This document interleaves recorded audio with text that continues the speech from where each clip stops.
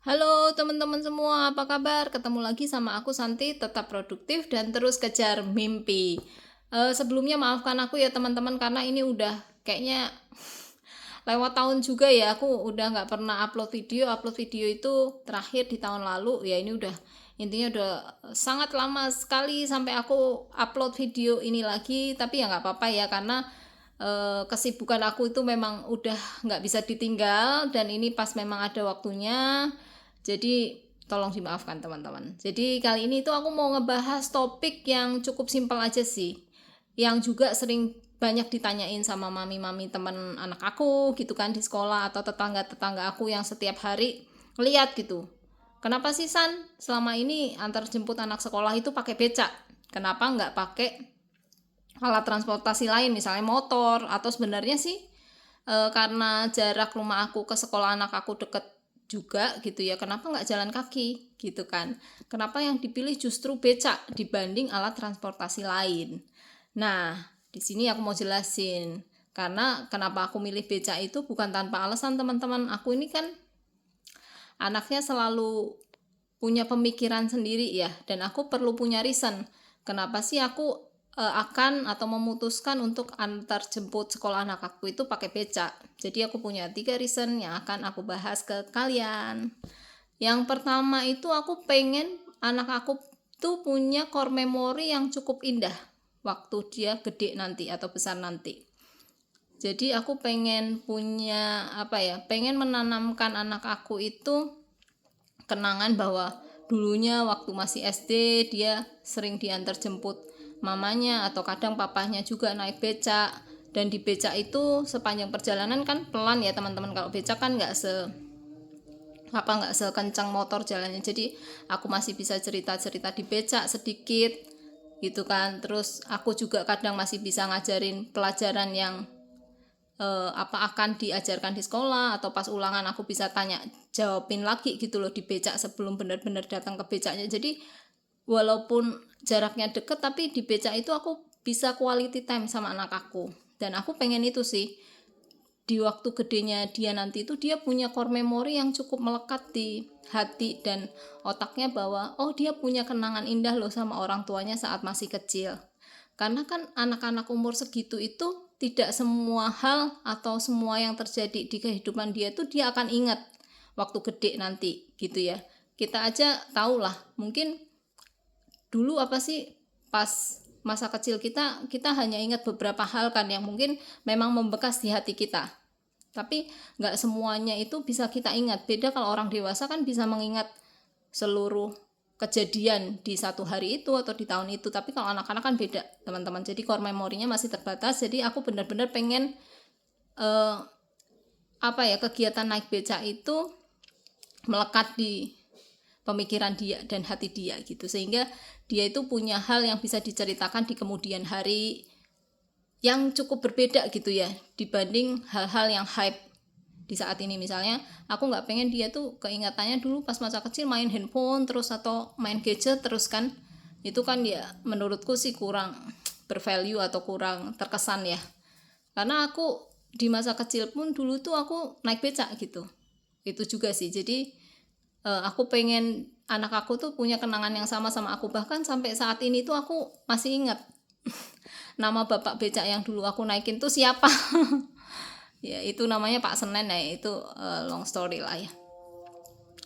Jadi gitu teman-teman, semoga cukup menjawab ya untuk poin nomor 1. Dan untuk yang kedua ini aku tuh sebenarnya gini, karena aku tuh kan ibu pekerja, jadi aku tuh fokusnya kadang yang aku rasain tuh aku masih ngurusin duniawi terus gitu. Jadi aku tuh kurang beramal, kurang berbuat kebaikan lah buat sesama. Menurut aku ya teman-teman, aku tuh masih sangat kurang gitu, kurang banget lah dibanding kalian semua mungkin ya. Jadi dengan aku naik becak tuh menurut aku ya, ini tolong jangan dijudge ya teman-teman, menurut aku jadi bisa sedikit memutar roda perekonomian di tempat aku ini ya, maksudnya tempat aku tinggal, atau misalnya ya lebih gedenya lagi di negara Indonesia gitu ya. Walaupun kecil gitu kan lingkupnya ya cuma naik becak, tapi harapanku dengan aku naik becak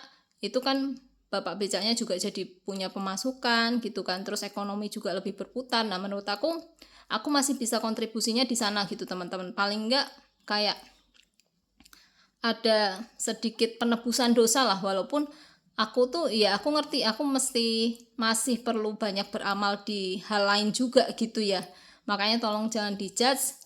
Aku sih kesana gitu teman-teman. Jadi harapanku dengan aku naik becak itu reda ekonomian bisa berputar, terus apa ya negara ini bisa lebih hidup gitu kan, dibanding kalau kita misalnya aku naik motor atau apa kan nggak ada pergerakan uang atau pergerakan ekonomi yang ke arah situlah gitu yang bisa membangun negara ini. Apalagi kan dulu waktu COVID juga perputaran ekonomi itu masih seret kan. Jadi ya harapanku aku bisa berkontribusi dengan sangat sedikit lah untuk bisa memutar roda perekonomian itu gitu teman-teman. Bahkan apa ya, kadang tuh pulangnya suamiku yang jemput gitu ya, si papahnya Ode ini.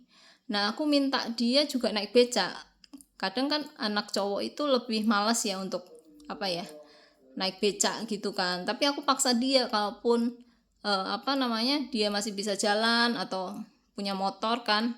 Nah aku minta dia pokoknya kalau ada bapak becaknya ya pokoknya naik bapak becaknya dulu deh gitu. Untungnya sih ya udah karena kepaksa nurut-nurut aja sih. Jadi gitu teman-teman, itu reason yang kedua ya. Terus kalau reason yang ketiga ini adalah aku tuh pengen ngajarin anak aku itu sifat nerimo gitu bahasa Jawanya. Jadi kayak ya kamu hidup berdasarkan apa yang kamu mampu, semampunya aja gitu kan. Walaupun misalnya di sekolah itu ada yang bisa naik mobil mewah, ada yang naik apapun itulah ya, tapi kalau misalnya orang tuamu baru bisa memprovide kamu dengan becak, ya udah terima. Terus dengan sikap itu juga aku tuh pengen anak aku tuh nggak minderan gitu loh teman-teman. Jadi menurut aku ya semua kemampuan, semua hasil, semua prestasi itu yang anak-anak bisa dapatkan itu bukan dari privilege orang tuanya, tapi dari dianya sendiri. Kalau selama dianya masih mau berusaha gitu kan, ya pasti semua peluang itu akan terbuka. Jadi jangan ngandelin juga kekayaan orang tua. Jangan minder juga kalau kamu terlahir mungkin nggak punya privilege gitu kan, tapi ya jalanin aja, kamu berusaha sebaik mungkin, jangan minder, ya niscaya kamu akan berhasil gitu sih. Itu yang aku pengen ajarin ke anak aku. Jadi jangan minderan, terus punya motivasi tinggi untuk berprestasi, terus juga bisa menghargai orang lain juga gitu kan. Karena ya privilege itu mungkin punya orang tua, belum tentu nanti kalau kamu udah besar ya kamu bisa lebih berhasil juga misalnya dari orang lain gitu kan. Ya maksudnya jangan rendah hati juga, jangan sombong gitu loh. Maksudnya ya apa adanya aja dijalanin, jangan minder juga, pede untuk menggapai prestasimu gitu teman-teman. Paling itu ya yang bisa aku share untuk video singkat kali ini. Semoga bermanfaat dan bisa dapat insight-nya dari kalian semua. Sampai ketemu di next video. Bye-bye.